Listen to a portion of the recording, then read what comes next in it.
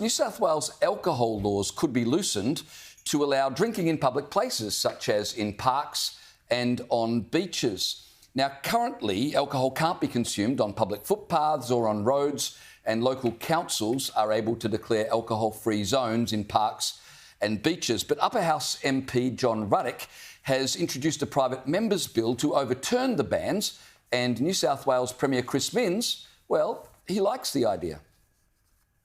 I'm generally on the side of believing there's just too many rules and regulations, particularly when it comes to hospitality or having fun in Sydney. There's too many places around Sydney, not just in the CBD, that close pretty close to 8:30, and there's a lot of people that want to go out and spend money and drive the economy. Having an economy that fires after 5 p.m. during the week is really important for cities like Sydney, and that means that we've got to be open to cutting red tape. The general discussion about the amount of restrictions that are in place for people that want to open a bar or serve food or, create some kind of excitement and energy that people see in other international cities around the world would be really valuable and long overdue for Sydney. I think most people would agree with the New South Wales Labor Premier that we need less rules, but it does beg the question, as long as Labor are in power, Caleb, who can afford alcohol?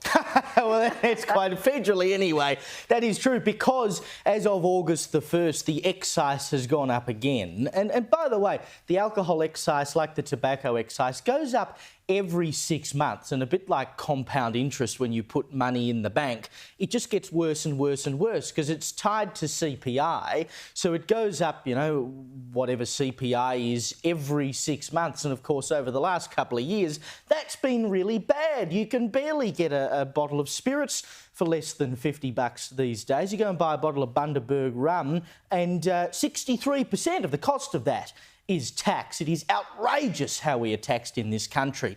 But good on... Caleb has a very personal vested interest. Caleb has no idea. This particular excise. Every time we go out, you make me pay. So I don't know how you know about the cost of alcohol. That's because I'm getting you to make up for lost time, because it was 50-odd years until you started drinking. So you got a lot of rounds. You got a lot of rounds to make up for, James. But good on Minns for getting behind the idea of pulling some red tape out of the way. Because for heaven's sake, if you can't have a beer on the beach, we are not a serious country. If you can't go and have a picnic in the park and enjoy a glass of wine with your ploughman's lunch or whatever you're having, your quiche, etc., seriously, it is harming no one. And New South Wales in particular, since they introduced the lockout laws in Sydney's, a decade or so ago, totally destroyed the nightlife in Sydney. You can barely buy a bottle of wine after 10 p.m. I mean, we're meant to be a serious international city, and it's illegal to have a drink on the beach or have a restaurant open too late. Laws. Well, yeah, but they did all the damage. They brought in the lockout laws, killed King's Cross, killed all the nightlife. Oh, we'll lift that now, and let's just hope you can sort of get back to where we were. Is it, Caleb? Well, it's not a go-to for anyone anymore because it doesn't bloody exist anymore. But what's the problem with having a beer on the beach? If someone is causing a nuisance, they're going to cause a nuisance regardless of whether there is a ban on having a drink on the beach anyway. Deal with people who are publicly drunk and carry on like louts. You can find them in any pub or any licensed venue anywhere, and they should rightfully be dealt with. But what's wrong with having a beer on the beach or at the park? Play on, I say. But that is something that falls into the jurisdiction of the councils. Being a city councillor myself, I remember that well. So unless he's talking about amending the legislation to take that power back off the councils, all this was a pile of hot air. I'm not really sure what we're excited about. All he said is a general discussion would be really valuable. Mate, that the only line older than that in politics is let there be light. I mean, he's not actually promised any action here. It is simply a, yes, this is something we should have a discussion about. So I find it very hard to get excited when all he's really done is prove that he's capable of stating an observable fact, but what is he going to do about it? Sure, but at least he's moving in the right direction. I cannot see the Minns government then amending the state legislation that gives that power to the councils, because obviously councils differ greatly in their makeups. Yeah. You've got the really beach-rich ones, the park-rich ones, the ones that see a lot of tourists coming through. They're more likely to be far more adverse to now allowing there to be, because a lot of people have big parties on the beach, in those parks, etc., and that is going to lend itself to public drunkenness. What's your view? Do you think it's a good idea? I do think it's a good idea. I'm simply saying I'm not excited about this little spiel that he's given today until it's backed up with action, because, like I say, it's not very usual that the states slap the wrists of the councils and say, actually, we've changed our minds, here's certain powers we're taking off you. They do leave that to the councils. And in some ways that is good because, like I say, councils differ greatly in terms of demographics and their kind of parkland areas, their beaches. Some of them are inland, this wouldn't affect them that much at all. It's the other councils who will be quite tight-fisted about that and say, well, hang on a minute, if you're going to say that we're to allow alcohol to flow freely in the parks and beaches, we're going to need more cops on the beat, we're going to need... I mean, it's one of those issues that has significant extrapolations for other areas. And, of course, that then falls on the state because policing is a state issue, not a council issue. And so it's just one of those pebbles that creates a lot more ripples than you might think initially, rather than just saying, oh, yeah, it would be good to see a lot more nightlife. Well, as Caleb's pointed out, nightlife was killed off by the lockdown laws. And even though they were scrapped years ago, a lot of people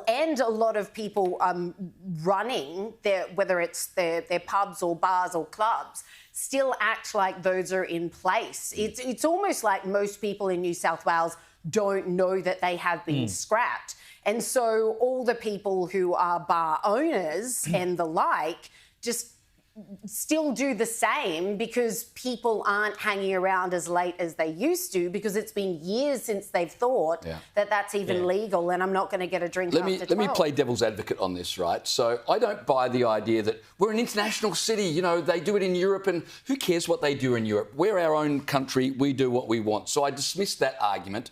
What do you say to families who say, we like going to the beach, you take hot summers in Australia, a bunch of young people drinking all day. You're going to end up with drunken louts who behave like idiots and make everybody's life miserable. What's wrong with the status quo where if you want to drink, go to a pub where people are contained, they're looked after by bar attendants and so on and so forth. There's responsible service of alcohol. Right. I want to be able to go to the beach with my family and not have to worry about idiots when there will be idiots because summer, beers, long days on the beach, you'll end up with problems. Yeah, but there's idiots everywhere. I mean, I grew up... But we don't have drunken idiots on the beach right now, but we will if they do this. But no, I don't think that's correct necessarily, because if you want to be a drunken idiot on the beach, you're probably already going to do it anyway. And I grew up going to the beach as a kid, and there was always an esky. I mean, I wasn't having the beers as a kid, but there was always an esky full of beers and soft drinks for me, unfortunately. But there was always an esky full of beers. That's never been a problem. I've been to plenty of picnics where alcohol has been consumed, and this is happening all over the country right now. Well, probably not right now at 10 o'clock at night, but, you know, it's happening all over the country all the time without much problem. I mean, you don't really hear a great deal of issue about, do you hear about the mums down at the local park getting on the white wines, causing lots of trouble, and the beach is full of drunken yobbos? Like, it's not a big issue. It happens in other parts of the country. I don't see why it can't happen in New South Wales as well. If someone is making a dickhead of themselves, you call the cops and the cops come and deal with them like any other situation. Yeah, but the reason it's not a big issue is because you're not allowed to do it currently. Yeah, but you're allowed to do it in other... But you can do it in South Australia. They just do it surreptitiously. So I know, they'll put it in a flask or they'll put it in something that's unrecognisable. Yeah. They're not actually getting the bottles of wine out and pouring into, like, what's obviously champagne glasses. But they 100% still do it. Of course they do. But they do it in such a responsible way that they're not kind of... Also, I think people are trying to protect kids from that kind of, I'm going to the park with mum and dad and, you know, 5 of the 6 families here are getting on the plonk. I mean, that's not something that we do advertise to kids like, everyone gather round, this is perfectly okay, and you can see them all getting rowdy. I just think it would be naive to say that legalising that wouldn't lend itself. And the other way this argument falls down is that Minns is saying, well, we want to get business back up and running, etc. and so on. Those are two very different things. Yeah. So it's not like people are buying less alcohol because they can't take it to a park. It either means they'll go to a pub or some other place to have alcohol, or they'll buy it, take it home and have a backyard barbecue instead. So the whole argument of, oh, well, this will really fire the economy, no. People are getting their booze one way or another. Well, you know, in a cost of living crisis, the opportunity to be able to have your picnic at the park with your wine instead of being forced to go to the pub where you have to spend, you know, I mean, $10 a pint is pretty good these days, to be perfectly honest. That's a good cost of living drive. Go and have fun in the park instead of having to go to the pub.